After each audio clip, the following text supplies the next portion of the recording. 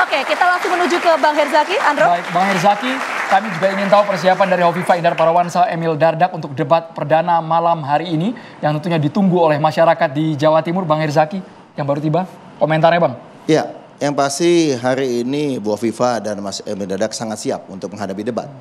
Kenapa? Ya karena beliau berdua akan bercerita mengenai kisah sukses selama memimpin Jatim. Ya, masyarakat sudah menikmati itu, ya masyarakat Jatim menikmati itu, bisa melihat secara langsung kinerjanya, ya sehingga tentunya keyakinan itulah akan kita bawa kembali untuk bisa memimpin ke depannya gitu. Jadi punya besan yang jelas nih, belum tidak lagi mengawang-awang, tetapi masyarakat bisa merasakan. Memang waktu 2018 kesulitannya ketika itu adalah Bu Hovifah kan belum menjadi, ya kan bersama Mas Emil. Tetapi kemudian terbukti bahwa apa yang menjadi janji-janji kampanye ketika 2018 itu hari ini sebagian besar sudah terwujud. Saya sempat mendengar tadi membahas mengenai kemiskinan ya. Masih ada 9% katanya di Jawa Timur. Benar, itu suatu fakta yang nggak boleh dibantah, itu harus diakui. Tapi harus diingat gitu, bahwa ketika pertama kali menjabat, itu angka kemiskinannya itu adalah 10,98%. Dan kemudian memang sempat naik ketika COVID 2020 ke angka 11%. Tapi tadi segala daya upaya dilakukan sehingga kemudian angka kemiskinan ini bisa turun ke angka 9% akhirnya gitu, di bawah 10%, dan ini pertama kali loh gitu. Nah, tapi kan kita tidak hanya melihat itu nih, kalau kita bicara kemiskinan seakan-akan beda tipis, nggak gampang loh nurunin angka kemiskinan ini. Lalu kemudian ada sempat yang namanya angka kemiskinan ekstrim nih, kan ada yang digadang-gadang berhasil memimpin daerah, tapi tingkat kemiskinannya atau tingkat kemiskinan ekstrimnya tinggi sekali gitu. Ya kan, tetapi hari ini kita harus mengakui fakta bahwa Bu Hovifah dan Mas Emil Dardak dari 4,4% ya kemiskinan ekstrim, dan hari ini sudah di bawah 1% atau 0,82, dan ini jauh lebih baik daripada rata-rata nasional. Enggak mudah ini Jawa Timur ini luas loh, besar loh, penduduknya banyak ini gitu ya. Tapi bisa mencapai tadi kemiskinan ekstrim tadi dari 4,4 sampai 0,2. Kan ini sejalan dengan programnya Pak Jokowi. Menurunkan kemiskinan ekstrim, dan Hovifah Emil Dardak sudah terbukti. Jadi kalau sudah terbukti, ya buat apa lagi pilih yang lain gitu loh. Mas Daniel, angka kemiskinan sudah turun itu Mas Daniel? Gimana itu? Ya, tetapi tetap masih kalah, tingkat kemiskinan Jawa Timur itu masih lebih tinggi dari tingkat kemiskinan nasional. Ya. Termasuk bukan hanya tingkat kemiskinan, tetapi yang tadi kita sampaikan begitu banyaknya infrastruktur sekolah yang rusak, yang sampai sekarang itu masih ribuan yang harus mendapat perhatian. Termasuk salah satu yang menjadi suara dari masyarakat adalah stagnannya pembangunan infrastruktur jalan provinsi yang selama 5 tahun itu tidak bertambah, hanya mandek di sekitar 1.400 km saja. Jadi memang hal-hal itu yang harus ke depan menjadi perhatian, dan itu yang diharapkan dan dinanti oleh seluruh masyarakat Jawa Timur. Ada hal yang baru. Bang, soal fasilitas sarana prasarana pendidikan yang banyak yang rusak tadi, data versi Daniel Johan. Iya, tentu kalau kita lihat ya, nggak mungkin juga sempurna, ya nggak mungkin juga sempurna. Tetapi alhamdulillah perbaikan terus dilakukan.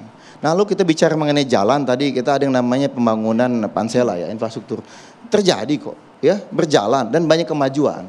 Hanya memang ini kan namanya kan nggak semua bisa terjadi dalam sekejap gitu. Banyak pencapaian. Tadi kalau Bang Daniel bicara mengenai kemiskinan, misalnya masih lebih tinggi dibandingkan nasional ya. Tadi saya ingin sampaikan, ini Jawa Timur penduduknya berapa ini gitu. Tapi lagi-lagi kita bisa lihat indikator lain nih. Kemiskinan ekstrim sudah terbukti. Dan masih kita bisa lihat lagi yang lain. Ada indikator terkait tadi, ada yang namanya stunting. Bagaimana stunting itu di angkanya yang dulu 26%, hari ini sudah di bawah 20%, kira-kira 19%. Lebih gitu. Nah ini kan juga menunjukkan bagaimana stunting ini kan nggak mudah gitu loh mengatasi stunting ini. Ya, alhamdulillah dalam 5 tahun dengan upaya sungguh-sungguh, secara fokus, terprogram, betul-betul itu bisa diturunkan dengan baik. Dan kami ingin harapkan bagaimana ke depannya angka stunting ini dan kemiskinan ini bisa semakin turun lagi gitu loh. Ya infrastruktur iya, banyak juga yang sudah diperbaiki, banyak juga yang sudah dilakukan. Ya tadi saya bilang masalah infrastruktur Pansela tadi, pembangunan di jalur selatan itu kan juga kita bisa melihat dan merasakan sama-sama. Kebetulan kalau saya kan kuliahnya juga di Jawa Timur ya, di Airlangga, jadi suka bolak-balik ke Jawa Timur. Saya nggak tahu nih kalau Bang Dahanil ini gimana, sering ke Jawa Timur nggak nih? Itu aja sih pengen tahu saya. Bang Zaki, sebelum kita ke Mas Guntur ya, Bang Zaki tadi Mas Guntur sempat menyoroti soal kasus korupsi. Nah itu bagaimana tanggapannya? Tadi salah satu program yang disampaikan oleh Mas Guntur. Singkat. Bagus. Itu kasus korupsi tadi, bagaimana kita mencegah dan menurunkannya, itu harus menjadi komitmen bersama dari siapapun cagup yang ada hari ini gitu loh. Sehingga ke depannya kita ingin bagaimanapun angka korupsi itu bisa terus ditekan. Ya kalau misalnya katakan, oh sempat digeladah katanya, mohon maaf ya gitu. Yuh, menurut kami kan itu satu hal yang sebenarnya ya menjadi catatan juga bersama. Apakah korupsi terkait dengan Pemprov? Gitu. Apakah ini misalnya di legislatif? Tapi bagi kami sampai hari ini setahu saya Bu Hovifa dan Mas Emil Dardak nggak pernah dipanggil dan bukan nggak pernah dipanggil. Perlu resik-resik Jawa Timur tadi, bukan nggak pernah resik-resik Jawa dipanggil, Timur. tetapi hari ini beliau berdua belum pernah berstatus tersangka. Oke, langsung Mas Guntur, konteks tadi Ya, korupsi gimana? Kalau itu tidak terkait tentu saja kantor dinas gubernur dan wakil gubernur tidak perlu digeledah oleh KPK. Tindakan itu KPK berarti menunjukkan bahwa di situ memang ada indikasi keterlibatan. Tapi kan kita lihat kasus ini kan masih jalan. Tapi apapun seperti disampaikan Mas Zaki tadi, kita apresiasi apa yang sudah dilakukan oleh Mbak Hovifa, oleh Mas Emil, dan memang tidak mudah memimpin Jawa Timur. Tapi kalau kita bicara soal Jawa Timur, ya warga Jawa Timur, kebetulan saya juga maju dapil kampung saya Jawa Timur di Situbondo, kita ingin yang lebih baik. Bicara soal menurunkan kemiskinan, tadi saya sampaikan, Ibu Risma sudah terbukti, dan itu tidak hanya kemiskinan Jawa Timur, tapi secara nasional mendapatkan penghargaan dari Detik ya. Kemarin malam disampaikan sebagai tokoh yang bisa mengentaskan kemiskinan.